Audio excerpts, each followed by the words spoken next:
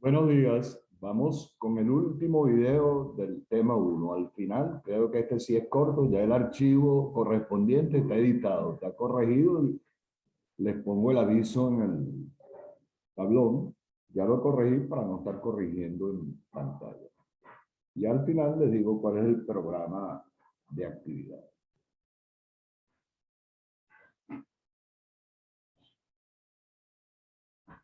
Voy a compartir para que vean el material. Tema 1, lección 7. El primer punto de esta lección es el teorema de la probabilidad total. Supongamos, ¿verdad? Consideramos un experimento aleatorio epsilon con espacio muestral S. En ese espacio muestral vamos a considerar dos cosas. Una colección de eventos A sub 1, A sub 2, hasta A sub K, que son una partición de ese espacio muestral. Y B es algún otro evento de ese espacio muestral. Eso que acabo de decir en palabras está aquí.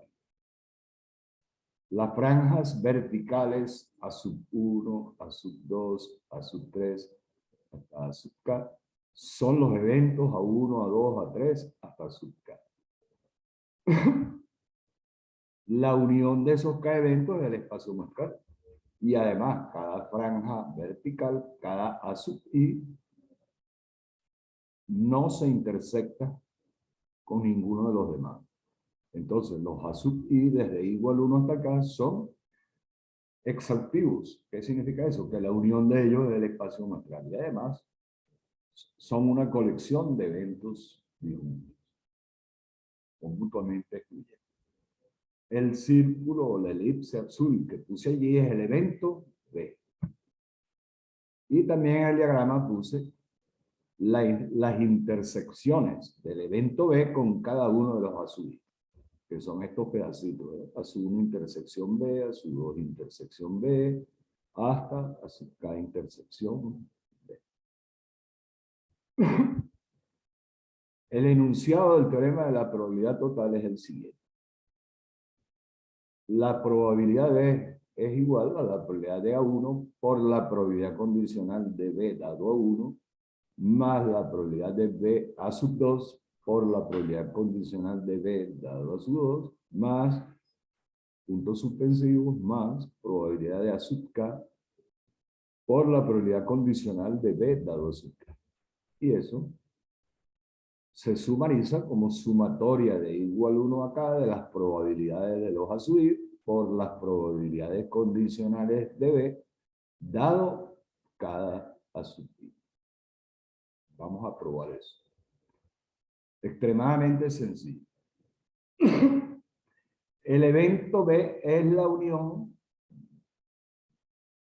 de todas estas intersecciones. Allí lo pueden ver, ¿verdad? B es la unión de ¿quién? De A sub 1 intersección B con este otro pedacito, A sub 2 intersección B, con este pedacito, punto suspensivo, unido con este. Es decir, el evento B es la unión de las intersecciones de los A sub I con el evento B. Eso es lo que dice allí.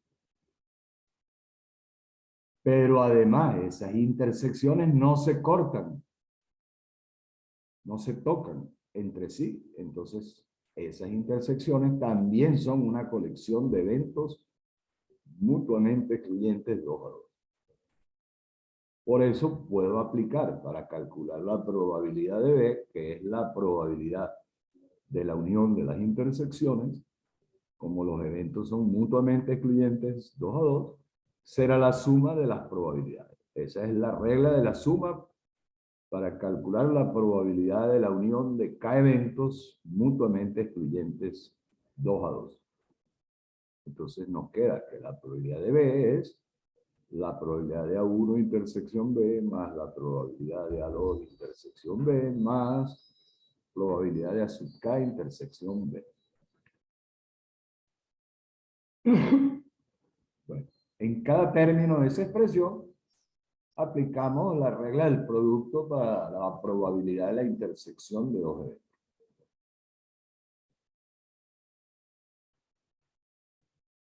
Entonces, la probabilidad de B será probabilidad de A1 intersección B, que es probabilidad de A sub 1, por la probabilidad condicional de B dado sub 1, más la probabilidad de A sub 2 intersección B es probabilidad de A sub 2 por probabilidad condicional de B dado A sub 2.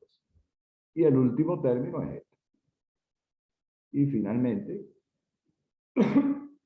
eso lo podemos resumir en esa expresión. Suma de los A sub, suma de igual 1 acá, de probabilidad de A sub I por probabilidad condicional de B dado sub I. Y queda demostrado el teorema.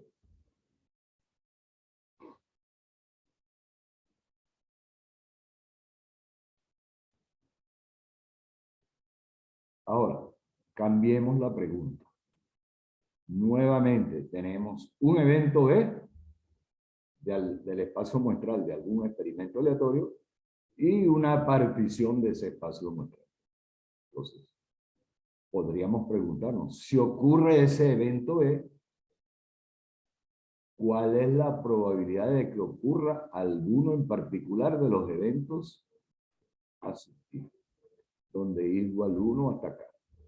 Entonces, si A sub J es cualquiera de los A sub I, la pregunta que nos interesa es, ¿cómo calculamos la probabilidad de ese A sub J, dado que ocurre B o considerando que ocurre B? Entonces, procedemos de la siguiente manera. Aplicamos la definición de probabilidad condicional. La probabilidad condicional de A sub J dado B será en el numerador la probabilidad de la intersección de A sub J con B y en el denominador la probabilidad de B. En el numerador usamos la regla del producto para la probabilidad de la intersección de dos eventos. Y el denominador, como el evento B lo puedo expresar en términos de la partición formada por los A sub I, en el denominador aplico el teorema de la probabilidad total. Entonces, lo que me queda será, en el numerador será la probabilidad de A sub J intersección B, es la probabilidad de A sub J, por la probabilidad condicional de B dado A sub J. Y en el denominador, la probabilidad de B se calcula por el teorema de la probabilidad total. Suma de probabilidades de las A sub I por las correspondientes probabilidades condicionales de B dado A sub I, donde J es alguno de los subíndices 1, 2, K. Ese teorema se llama teorema de Galley, pero en una muy buena parte de la literatura lo llaman el teorema de las causas, ¿verdad? Porque en algunas situaciones el evento E representa un efecto o una consecuencia en algún proceso.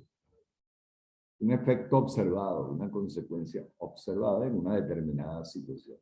Entonces, la probabilidad de A sub J, dado que ocurre el evento B, se interpreta.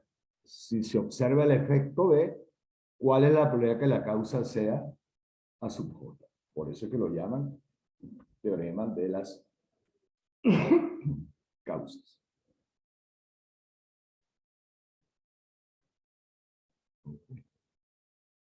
Vamos bien. No hay errores.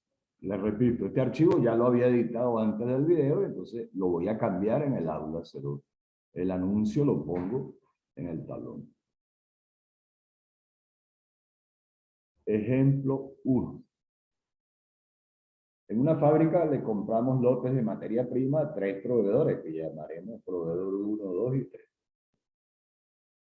Cada lote que se compra, se le toma una muestra y se va esa muestra al laboratorio. Y dependiendo del resultado, el lote se acepta o se rechaza. La tabla que sigue a continuación está basada en un gran número de datos históricos. Es decir, esa es una tabla que tiene frecuencias relativas. Al estar basada en un gran número de datos históricos, son buenas estimaciones de las probabilidades de los eventos asociados en cada caso. En esa tabla tenemos que al proveedor 1, primera columna, se le compra el 30% de las veces. En otras palabras, que si yo elijo al azar, compro un lote de manera aleatoria, la probabilidad de que se lo compre al proveedor 1 es 0.30. Y el numerito debajo es, si le compro un lote al proveedor 1, la probabilidad de rechazarlo es 0.03. Es decir, lo que está en la primera columna, en la segunda fila, es una probabilidad condicional. Esa es la probabilidad de rechazar un lote, dado que el lote proviene del proveedor 1. Igual aquí, la probabilidad de que el lote se le compre al proveedor 2 es 0.38. Y la probabilidad de que el lote se rechace, si le fue dado que fue comprado al proveedor 2, es 0.04. Y similarmente, la misma interpretación para la columna 3. En otras palabras, cuando yo digo que voy a comprar un lote de manera aleatoria, lo puedo hacer así. Agarro en una cajita, no, con 100 papelitos o en un programa de computación, en una hoja de Excel, los números del 00, ¿verdad? Hago 100 números, del 1 al 100.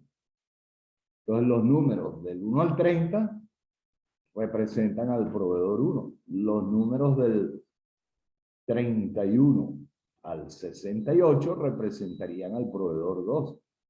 Y los números del 39 al 100 representarían al proveedor 3. Si esos 100 papelitos están metidos en una caja y los agito y escojo uno al azar, bueno, estoy decidiendo al azar a quién le compro el lote.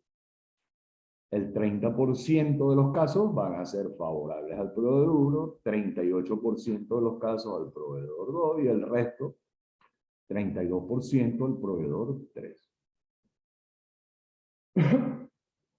Si compramos un lote, ¿cuál es la probabilidad de que el lote sea rechazado? Vamos a verlo. Definimos la colección de eventos ASUI, donde ASUI significa que el lote es comprado al proveedor I. Y puede ser 1, 2 o 3.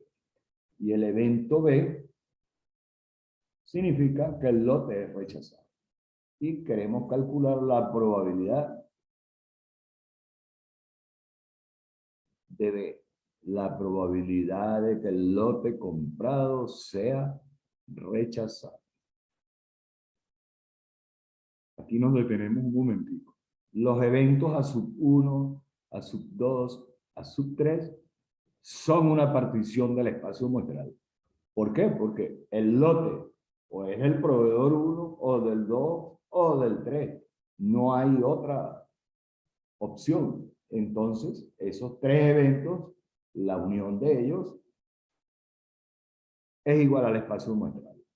Son una partición y además cumplen. Como el lote al mismo tiempo no se le puede comprar a dos proveedores, esos tres eventos agotan todas las posibilidades y son mutuamente excluyentes 2 a 2. Entonces, los A sub I son una partición del espacio muestral. Fíjense que no nos detenemos a escribir en detalle cuál es el espacio muestral. Simplemente analizamos la situación.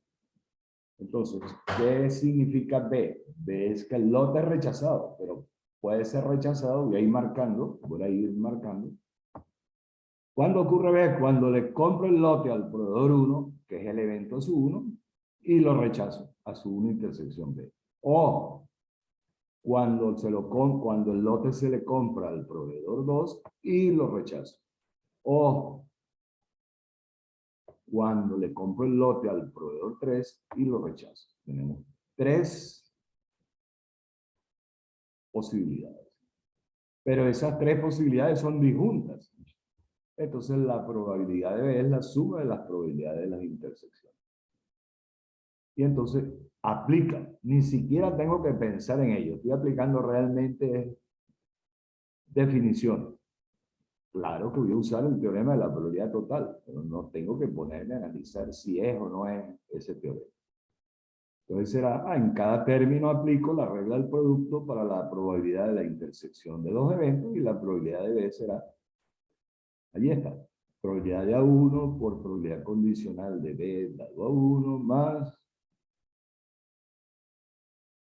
hasta probabilidad de A sub 3 por probabilidad de B dado A sub 3. Y todos los datos los tengo.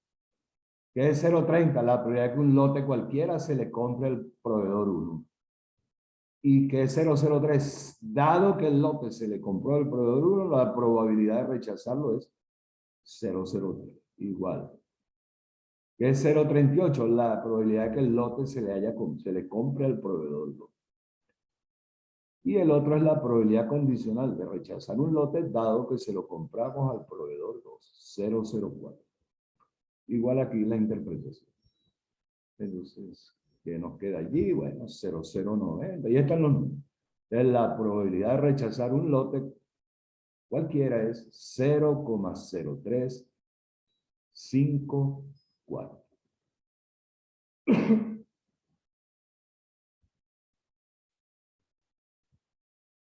Ahora quiero calcular si el lote es rechazado, ¿cuál es la probabilidad de que se le haya comprado al proveedor 2? Es decir, queremos la probabilidad condicional de A sub 2 dado B. ¿Cómo se lee? Dado que el lote, el laboratorio nos informa que es rechazado, ¿cuál es la probabilidad que ese lote sea del proveedor 2? Regla del producto en el numerador, definición de probabilidad condicional. En el numerador, probabilidad de A2 intersección B, y en el denominador, probabilidad de B. Pero ya nosotros en la parte A escribimos que B es la unión. Y si hay un peloncito, ¿verdad? Tenemos que quitar. No.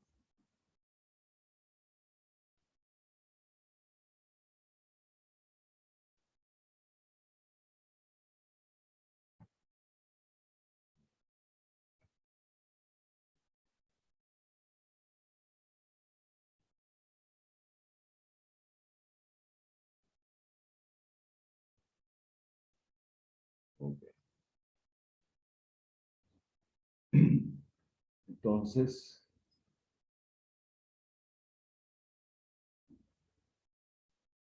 un segundito. Brincó la pantalla.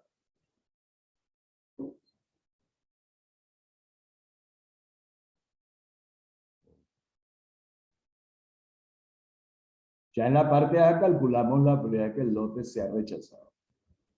Y ahora, la probabilidad de que, dado que un lote es rechazado, ¿cuál es la probabilidad que le haya sido comprado al proveedor 2? El evento E lo puedo visualizar como un efecto observado. El lote fue rechazado. La pregunta sería, dado ese efecto o esa consecuencia, ¿cuál es la probabilidad que la causa sea sub 2? Que el lote venga del proveedor 2. Entonces, definición de probabilidad condicional en el numerador probabilidad de A2 intersección B, que es probabilidad de A sub 2 por probabilidad de B dado A sub 2. Y en el denominador es el evento B, ¿verdad? Ya en la parte A escribimos que B es la unión de A sub 1 intersección B con A sub 2 intersección B con A sub 3 intersección B. Y eso, ¿cómo se calcula? Sumando sobre este paréntesis, déjame ver si lo quito. Quiere quitar.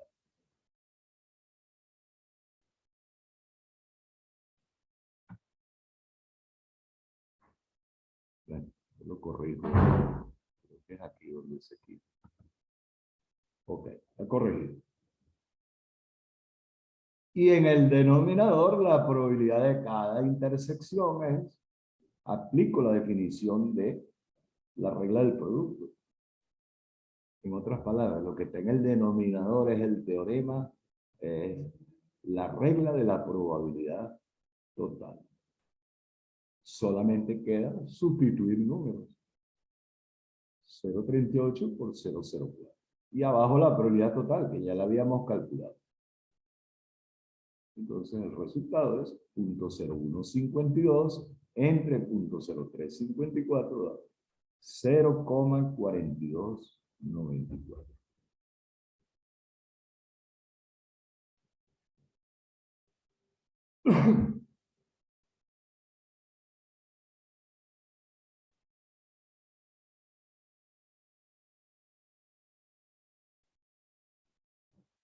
Ejemplo 2.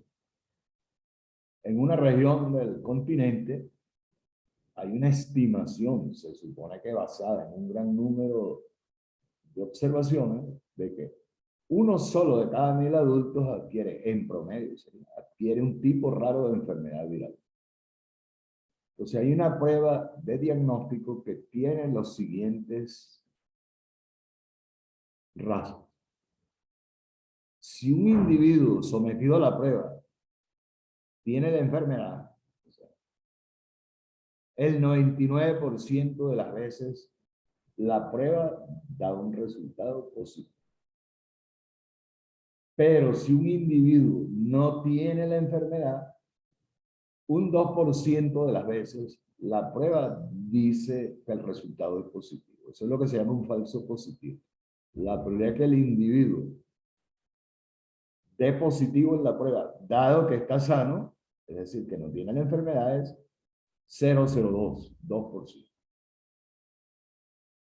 Eso es lo que llaman un falso positivo. Le aplicamos la prueba a un individuo elegido al azar. Si el resultado de la prueba es positivo, ¿cuál es la probabilidad de que el individuo tenga la enfermedad? Bueno, entonces vamos aquí. Hay dos posibilidades nada más. A y A complemento. A es que el individuo tiene la enfermedad y A complemento que no la tiene, es decir, que está sano. No hay otra posibilidad. Esas dos posibilidades, A y A complemento, agotan todas las posibilidades. Es decir, que la unión de ellos es el espacio muestral.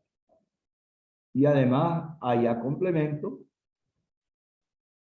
no pueden ocurrir juntos, son disjuntos. A y A complemento son una partición, sin entrar en muchos detalles.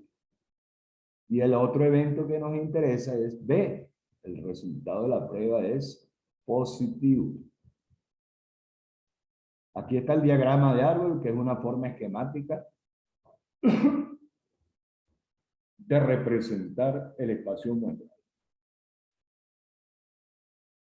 El individuo escogido o está sano, es decir, ocurre el evento A, ¿con qué probabilidad? 0,01. O, perdón, el individuo elegido o tiene la enfermedad, que es 1 en 1000, 0,001, o no tiene la enfermedad, 0,999. Lo que estoy poniendo en las ramas son probabilidades. Cuando le aplico la prueba a ese individuo, estoy en el caso de que el individuo tiene la enfermedad. Si tiene la enfermedad, la probabilidad que la prueba dé positivo es 0,99. Es ese número. Mientras que si tiene la enfermedad, la probabilidad de que la prueba no dé positivo es 1%. Igual aquí, si el individuo está sano, la probabilidad de que ocurra B, que la prueba dé positivo es 0,02. Y la probabilidad de que la prueba no dé positivo es 0,98.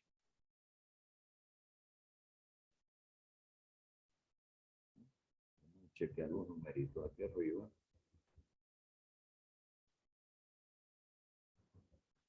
Okay. 2% es la probabilidad de los falsos positivos. Estaré chequeando eso.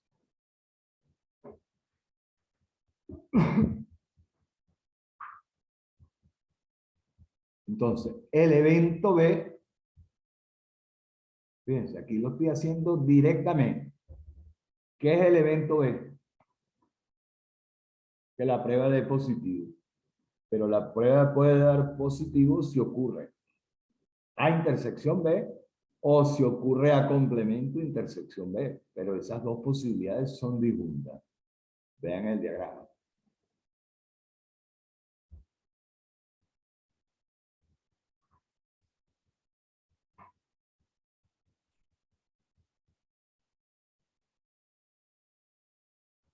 Voy a seguir con el puntero A y B. Esta combinación de rama principal con rama secundaria es A intersección B. Y esta combinación de esta rama con esta es A complemento intersección B. Repito, los números que están en la primera rama son probabilidades marginales o individuales. Y los que están en la segunda rama son probabilidades condicionales. Entonces quedamos que B es la unión de quién? De A intersección B con A complemento intersección B. Y la probabilidad de B es la suma de las probabilidades de esas dos intersecciones. La probabilidad de A intersección B es la probabilidad de A por la probabilidad condicional de B dado A. Y la probabilidad de A complemento intersección B es la probabilidad de A complemento por la probabilidad condicional de B dado A complemento. Fíjense, ni idea de que hubiéramos estudiado el teorema de la probabilidad total. Simplemente estamos siguiendo un razonamiento ordenado. Pero lo que estoy usando es el teorema de la probabilidad total. Entonces, la probabilidad, ¿cuánto da? La probabilidad de que el individuo tenga la enfermedad es 0,01. Si la tiene, la probabilidad que la prueba dé positivo es 0,99. La probabilidad que no tenga la enfermedad es 0,999. Y si no la tiene, la probabilidad que la prueba dé, la probabilidad condicional de que la prueba dé positivo es 2%, 0,0. Y eso nos da 0.02097. Ya tenemos la probabilidad de que la prueba dé positivo.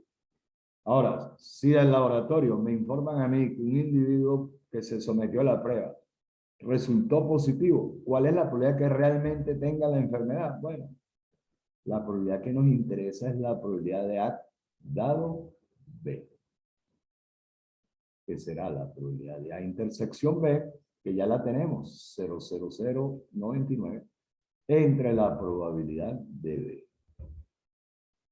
0,0472, un poquitico menos del 5%. En otras palabras, de todos los individuos que den positivos, aproximadamente el 5% realmente tienen la enfermedad. Eso es lo que significa ese resultado. ¿Cuál era la pregunta? ¿Cuál es la probabilidad de que el individuo esté enfermo, dado que la prueba da positiva, condicionado a la información de que la prueba dio un resultado positivo? Repito, de todas las pruebas que dan positivo, en un 5% de los casos aproximadamente, realmente es 4,72% del individuo que dio positivo realmente tiene la enfermedad.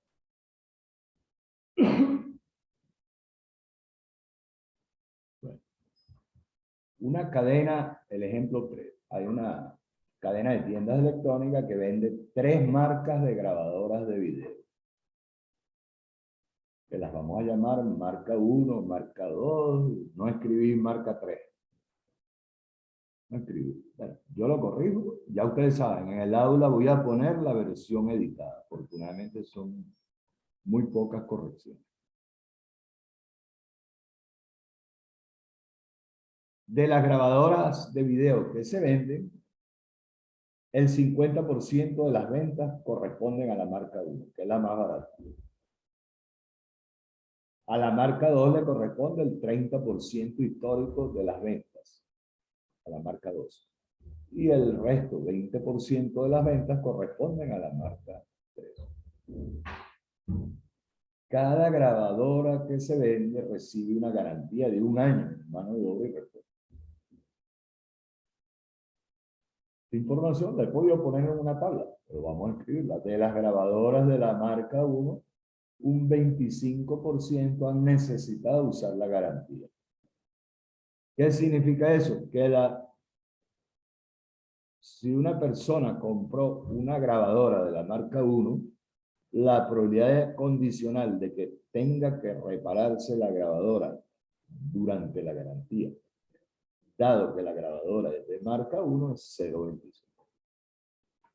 Esa misma situación de las grabadoras de la marca 2, un 20% de las grabadoras vendidas de esa marca requieren usar la garantía. Eso es una probabilidad condicional. La probabilidad condicional de que una grabadora requiera ser reparada por garantía, dado que es de la marca 2, es 0,20. Mientras que esa misma relación es 10% para las grabadoras marca 3. Vamos, una persona, un cliente estándar, un cliente típico, podemos considerar a ese comprador como uno elegido al azar de una población infinita de posibles compradores para la cual valen esos números.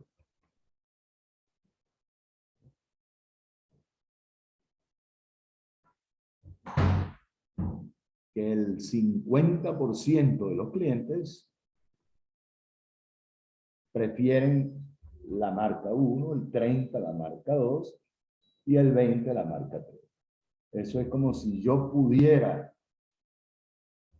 hacer una lista lo más grande posible, infinito imposible, donde el 50% de los valores en un bombo yo pudiera meter 1 millón de números, de los cuales 50% son el número 1 representando a la marca 1.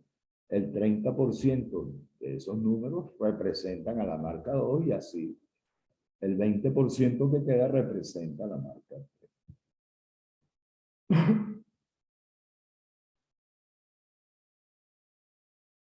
Si yo considero, primera pregunta, probabilidad de que el comprador adquiera una grabadora marca 1 y requiera posteriormente usar la garantía. Bueno, necesitamos definir una colección de eventos. Y es el comprador adquiere una grabadora marca I. Y puede ser 1, 2, 3. Ahí hay 3 eventos, ¿no? A1, A2 y A3. Y entonces el comprador o compra de la marca 1 o de la marca 2 o de la marca 3. Eso agota todas las posibilidades. Allí no lo dice, pero estamos asumiendo que el comprador va a comprar una sola grabadora de una determinada marca. Entonces, bajo ese supuesto adicional, los ASUI son disjuntos y constituyen una partición del espacio motor. Mientras que el evento es que la grabadora comprada requiera usar la garantía de 1 año. Lo que nos están preguntando, ¿cuál es la probabilidad que el cliente compre una grabadora marca 1 y necesite usar la garantía? Ahí está. Probabilidad de A1 intersección B. Y eso aplicamos la definición de la regla del producto para la probabilidad de la intersección de dos eventos. Será probabilidad de A1 por probabilidad condicional de B dado 0,50. ¿Por qué? Porque el 50% de los clientes compran la marca 1. Y de las grabadoras de la marca 1, el 25% requiere usar la garantía. 0,125. Segunda pregunta. ¿Cuál es la probabilidad de que el cliente compre una grabadora que posteriormente necesite usar la garantía? Entonces necesitamos la probabilidad de B. Bueno, una grabadora puede requerir usar la garantía si es de la marca 1 o de la marca 2 o de la marca 3. La grabadora es de una sola de las tres marcas, por lo tanto B es la unión de tres eventos disjuntos. Y aplicamos, aquí hice un errorcito, ¿verdad? Debo terminar con el teorema de la probabilidad total.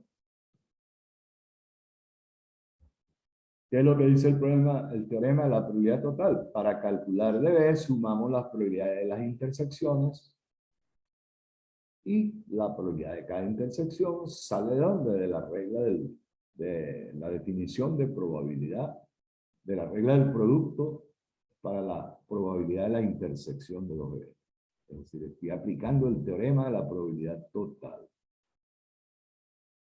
Entonces será 50% de las grabadoras se compran de la marca 1 y de esas el 25% usan la garantía. El 30% de las grabadoras que se compran, que se venden, son de la marca 2 y de esas un 20% usa la garantía.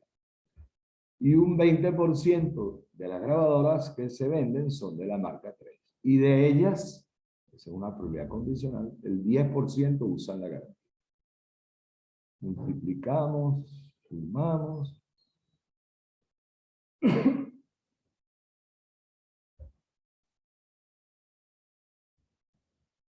Y listo. El 20.5% de todas las grabadoras que se venden usan la garantía. Última pregunta. Aquí les dejo para que ustedes estudien. Lo voy a resolver muy resumido, pero ustedes tienen que llegar al resultado. Si la grabadora que compró el cliente resulta necesario que use la garantía, ¿cuál es la probabilidad? Supónganse que el comprador regresa a los 3 meses y mira, aquí está mi grabadora, necesito que me la reparen. Dado que ocurre que la grabadora comprada necesita la garantía, ¿cuál es la probabilidad de que esa grabadora sea de la marca 1 o de la marca 2?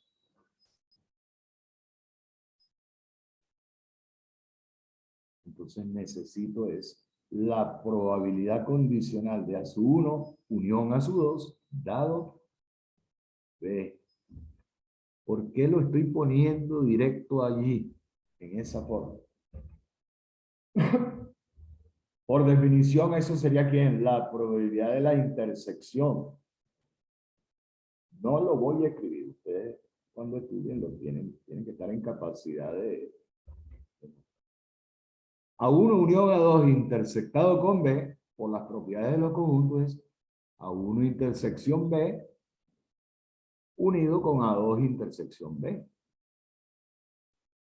Y en el denominador iría la probabilidad de B. Si ustedes simplifican, reacomodan la ecuación que queda, como los eventos A1 y A2 son mutuamente excluyentes, se puede demostrar que eso es la probabilidad condicional de A1 dado B más la probabilidad condicional de A2 dado B. ¿Okay? Yo lo he podido poner así. Es lo que les quería decir. Yo he podido escribir, en lugar de escribir esto primero, escribir que eso era la probabilidad de A1 intersección B unido con A2 intersección B, por la propiedad asociativa. Luego sumar todo en el numerador y dividir por la probabilidad de B. Aquí lo estoy haciendo por separado.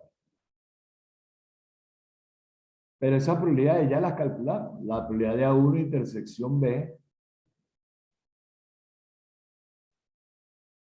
es 0,1250. Aquí está. Y la probabilidad de A2 intersección B es 0,06. Lo hacen en detalle. Ahí está. Entonces 0,1250 entre 0,20 y 50 más 0,06 entre 0,20 y 50. Y eso, un valor aproximado es 0,6098 más 0, ahí hay algo raro. Creo que aquí es sin este 5. Bueno, ustedes sacan las cuentas, yo lo corrijo. 0,9025. ¿Qué fue lo que hicimos? Fíjense bien en la pregunta. No se conformen con que yo se los diga.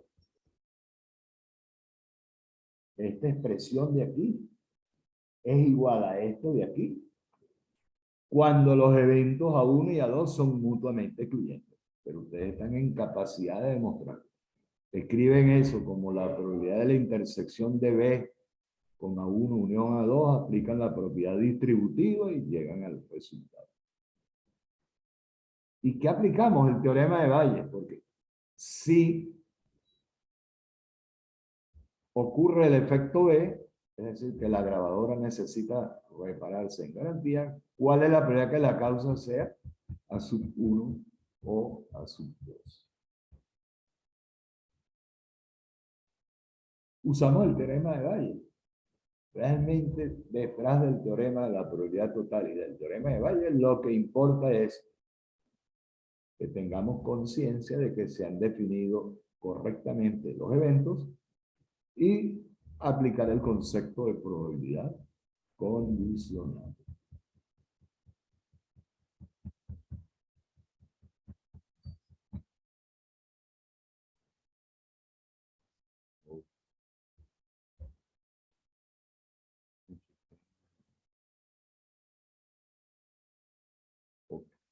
Bueno, estamos listos, creo que salió corto, como 35, 40 minutos.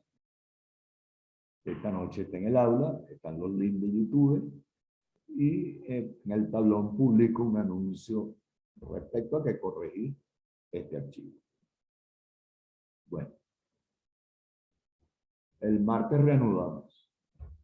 Mañana voy a organizar las tareas porque unas llegaron en un correo, otras en otra, unas son fotos y otras son archivos adjuntos. Es enredadito, no me presionen como en las noches. Mañana en la noche creo que subo la tarea número 2. Y del martes en adelante subo las lecciones del tema 2 para ir adelante. De todas maneras, el lunes yo les publico todo el plan de la semana. Hoy esperen esta lección corregida y el video. Bueno, se cuidan.